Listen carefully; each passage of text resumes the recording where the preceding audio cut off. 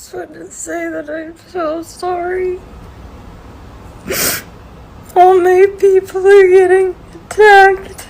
The children. I don't understand. I'm so sorry. I wish I could do something, but I can't. I don't know what to do. I'll try everything, I promise. Selena Gomez cries on camera. I'm so sorry. All my people are getting attacked. The children. I don't understand. I'm so sorry. I wish I could do something, but I can't. I don't know what to do. I'll try everything, I promise. Okay, so here's the drama, right? So Selena Gomez posted this video crying over the ISIS deportation that's going on. Very serious topic. She gets on camera and cries about it, that she wishes she can do something. With that being said, Selena Gomez owns Rare Beauty, the makeup brand. They just launched a liquid contour in Sephora 2 days ago. So some people are saying that this could be a marketing, PR thing to get on camera and cry, to bring attention to her or the makeup. So it's very interesting, the timing of it. So I also saw some comments saying that the whole ISIS deportation thing didn't just start today. It's been going on for a while, at least a week now, I heard. So the fact that she dropped this video today was very interesting timing off the heels of her dropping her new makeup product a few days ago. I think like 2 days ago, actually. So anyways, you have to see it, how it's can be portrayed two different ways. So let me know what you think about that in the comments down below. This is Rich Lux with the hottest celebrity news and gossip on TikTok. Oh my gosh, okay, so finally, Tana Mongeau exposes David Dobrik. She spoke out, and I've been waiting for Tana Mongeau to say something, and we got it. I also want Trisha Paytas to do the same thing again, but I would love for Tana and Trisha to sit down together and title the video David Dobrik Exposed. I don't know why they don't do that. I feel like they're protecting him. They need to do it. That's just me saying that, my opinion. So so far, this is as good as we're going to get right now. This is Tana talking about David and his return to YouTube. Here we go. Something about David Dobrik's comeback to YouTube and then all of LA lighting on fire just doesn't feel like you're blaming David Dobrik for the fires. It's just weird that Dobrik's is still standing. I can't get behind this. I'm sorry, Oh, yeah, because David Dobrik has a pizza restaurant. I remember that. I ate at that pizza restaurant before. It's mid. It's not bad. It's not, it's mid, bruh. No, obviously, I think it's just like, I know that so many people are nostalgic to Dobrik's vlogs and watched them and love them so much. I guess it's just like my personal ties stop me from feeling anything good towards his comeback, you know? Made this far in the video, comment down below, and please like the video and leave a comment, because I can get a like to save my life. Here we go. The Views podcast, like is it back? Yeah, and I don't know.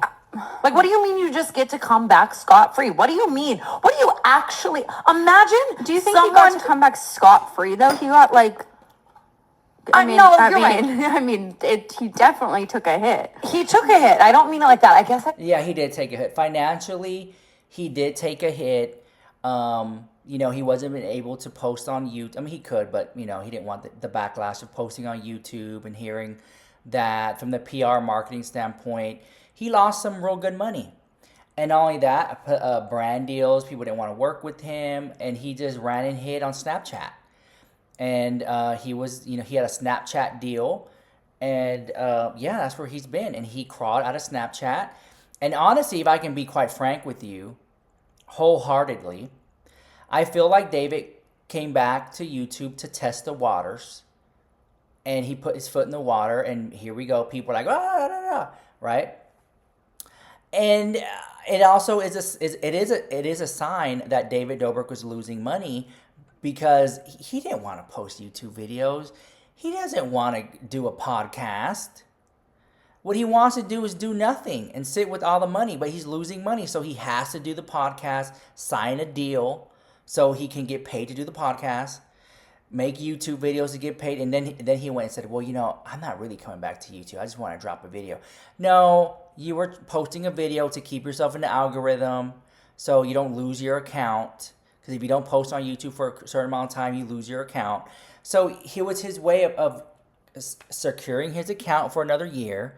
And now he's doing the podcast because he didn't want to do the podcast. Remember, Jason Nash begged him to do the podcast. He didn't want to do it.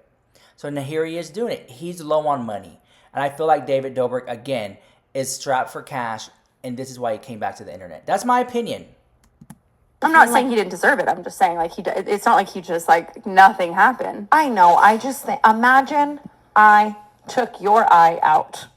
Oh. And then I never paid you $1, never once said sorry, and never once, like, just fully validated your emotions, or maybe even came online and validated your emotions, right? And then all of a sudden, you one-eyed open your computer to me traveling the 7 wonders of the world.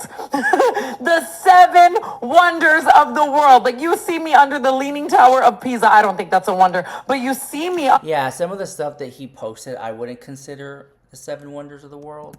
And you're like, well, you don't see me actually. 7 wonders of the world would be like James Charles' bedroom, Ethan Klein's piss closet, Tana Mongeau's beauty bag. You know, there's 7 wonders of the world, you know, stuff like that. Trisha Paytas' house. Those are 7 wonders. But like, It's not a good look. I'm with you on that one. I just feel so much empathy for Jeff that it like lights a fire. And I know that there's all the people that say like, Jeff's a grown man and he did it himself. And like, okay, but like, if that's your best friend, you would still want them to like apologize or give you money and pay for your surgeries or. Yeah, if I'm just saying, me, you know, I don't know if I ever shared this story with you guys, but, you know, for those who know, I had a full-time assistant, and his name was Elton, and Elton came to work one day to the penthouse, and he completed his little 6-7 hour shift, whatever it was, and he went downstairs, and he texted me. He's like, dude, my window got broken into. And he had parked on the side of the street, and several cars, all those cars got their windows broken into. And he came back up here, and I said, you know, I told him to come back upstairs. And I was like, sorry that happened. I feel liable for it. And so I gave him my credit card, and I was like, you know, call this number when you get home. Give them my, you know, my credit card. They're going to come to your house, and they'll fix the window there. Or go to their shop, drop off the car, and they'll fix it, and then Uber to work. You know what I'm saying? I took care of him. I felt like it was my fault, and that was just his window being broken, right? Because it would have never happened if he never even worked for me, right? So I felt it was kind of like my fault in a way, even though it wasn't, you know. But it was. I want to be a generous, you know. I want to keep my friends and my employees happy. I don't want to be a shady boss. In this situation, David Dobrik's friend hurt himself while filming for his, you know, for David Dobrik's vlogs. You got to assume some responsibility, other than, oh, I'm sorry you did it at your own will, right? Even though that may be the case, but it's like, where's the humanity of it? Where's the brotherly love in that? Especially when like the person who did it is a fucking grillionaire. I think that for me would be the hard part about it, is like watching just the amount of wealth. Mm-hmm. That would be like tough. Each one of those Teslas is one of the 12 eye surgeries, right? It's just like, it's crazy to just take a break and say nothing. I don't know. I guess just knowing him personally, just knowing like the way he was about those vlogs, like the dirty dom of it all, like Jason Nash, like being like just not the best. And like I mean, obviously I think that the style and format of his vlogs will change so much. Like there won't be as much putting people under pressure, making people do crazy things. I think he's smarter than that, and now they'll be more wholesome and happy and stuff, and like that lesson has been learned. But it's just like so crazy to just see him back skipping on the internet. Like I don't know why it has me like. No, I mean, I know why. Because you're a good friend of Jeff, and like obviously you have a soft spot. Like that's completely understandable. That was a fucking horrible thing that happened. So you don't want like anybody to be able to just come back and be like, sorry about my break. And it's just so PR. Like, sometimes I just wish people would be more real. Like, it's just like, I wish he would just be like, yeah, I shouldn't have fucking put him on that crane. I shouldn't have told him to do that. I shouldn't have filmed it. I would love to pay for these surgeries. Here's me on a Jesus Christ statue. You know, like maybe there was something real. Yeah. Like, it just feels so PR and contrived to, like, take this break and then hope that enough people just, like, loved your videos and are nostalgic for them that, like, they'll care to just, like, keep watching them again. I'm like, no, I don't know. I do. The 7 wonders of the world. I'm wondering a lot of things. This is Tana reading David Dobrik like this, is I wish that more creators were doing and apply the pressure. Granted, the way Tana does it, I don't agree with, because, you know, her vlog will be, you know, titled something else, and then this is halfway through the vlog, you kind of get this part. But again, I would want her to sit down, talk about this, and put it in the title of the video. It would really get views and attention and conversation started. But I feel like Tana doesn't want to rock the boat. I feel like Trisha Paytas doesn't want to rock the boat. Things are like going good for them, and so they don't want to do that. But that's just my opinion, you know what I'm saying? So, I don't know. I hope that more people join the conversation is what I'm trying to say. So let's see what else you have to say.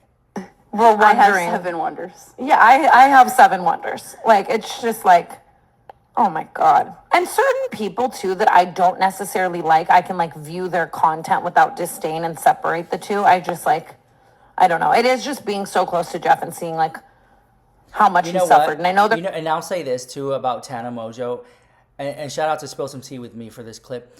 I feel like, and I know this to be true, that if she did not have a friendship with Jeff Wittick, and she wouldn't be biased. This wouldn't be coming from a place of, oh, that's my friend, so I'm sticking up for him. I think if she was from the outside looking in and had no friendship with Jeff Wittick, I think she would still say the same sentiments, that it's wrong and messed up, and that David Dobrik should have stepped up and paid for the whole thing and be a good friend. It's a messed up situation, and I don't think that Jeff Wittick is that heartless of a person to accept the money and then stop talking to David Dobrik. It was like, hey, I hope we can still be friends, like for real. And that's very difficult too, because let's just say it went down that route. After the accident, after the 7 surgeries, would they still be friends? Or would it mess up the whole dynamic of their friendship? Or would it bring them closer? Shit, crazy. who like pick it all apart and say that Jeff didn't do certain things right and like whatever, but it's still just like a human being who like has to keep going back and getting these surgeries and like grinding for the money to pay for them when like the other person is. Of course, if it happened to you, I would literally be screaming from the rooftops, like, get away from the fucking Taj Mahal and go to jail. And it's like you could do both. I feel like you could cut a check and then go to the Taj Mahal. Yeah. And it's it's not one or the other. And just all those people were Jeff's friend too. You know, and I think that makes me sad. Like let's just say in like this scenario, like I would hope like if I did something to you like that like Paige wouldn't just like blindly, like I know Paige would be like, that's wrong. You have to pay her. Like you have to help her. Yeah, you have the difference is if like that's the part that's interesting too, is the accountability. But are they not holding him accountable, David Dobrik? Because they're like, well, I'm not going to get a Tesla. I'm going to lose my clout. You know, my whole career will be down the drain because I don't stand next to Jeff Wittick and stuff like that. And so they're like, I don't want to get off this coattail riding situation. Or maybe they know something that we don't know. But I don't think that's the case, because if it would, they would have spoke up about it. But I think that David Dobrik, I don't know if he has some type of mind control over these people. But I think if I was David Dobrik's friend, I'd have been like, that's, bro, he got hurt. Throw him some money and be a good friend to him. You know what I'm saying? Due to court of public opinion. like that happened to you at my hands, I would have like probably had to die or something by now. No, I mean, no, just like actually the guilt would eat me alive. That's the only reason, like, I never want to say like I have sympathy in the situation, but like the way that I would feel if I did that to somebody, I have to assume that he feels that way as well. You hope. And just knowing his personality, I'm just like, You don't think he does? no. And that's like what, like, you don't feel guilty. You don't feel sad. You just want it to go away. You want people, Really? you want the Trishas of the world and the me's of the world and the Jeffs of the world to just shut up about it. And you want to sell your fucking Prince Street pizza. Pint Street Pizza. What?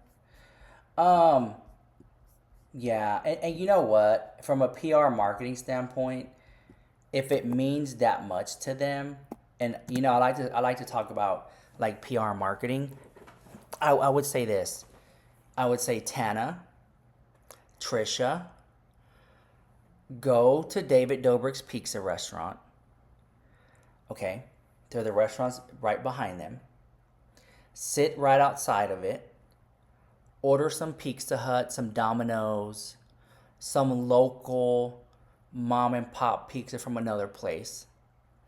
And say, hey guys, we got this amazing pizza from insert small business brand. And we're going to be eating this amazing pizza in front of Dobrik's. Because we're going to be talking about David Dobrik and what he did to our friend. And talk about Jeff's situation and how I fell out due to the accident. And talk about how David wasn't really there for him as a friend. He didn't want to pay for the things and basically cut him off. And he got shunned off from the group. And I guarantee you, people would not want to eat at David Dobrik's Pizza anymore. Guarantee you, people would boycott it. And you got to hit them where it hurts. And listen, I'm telling you, people like David Dobrik, they're not going to make a move until you hit them where it hurts, and that's their pockets.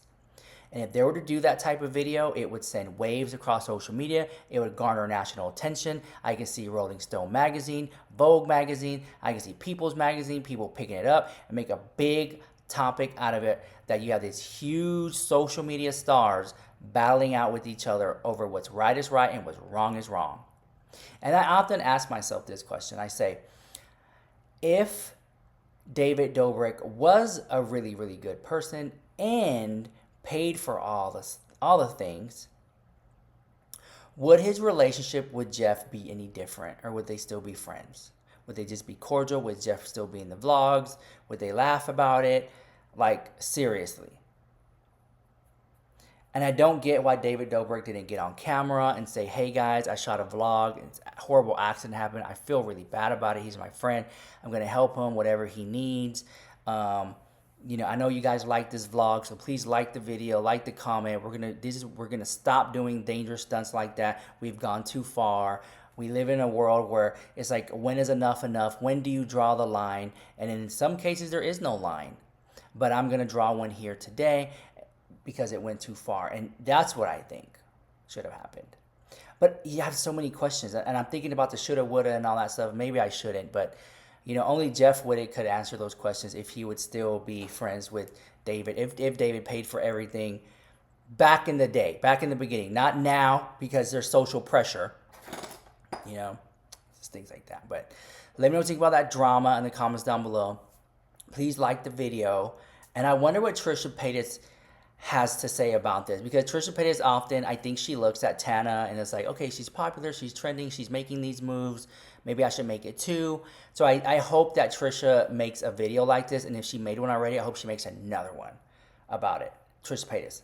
And I hope Ethan Klein talks about it too, and other big creators. So let me know what you think about that in the comments down below. This is Rich Lux with the hottest news on YouTube. Bye guys.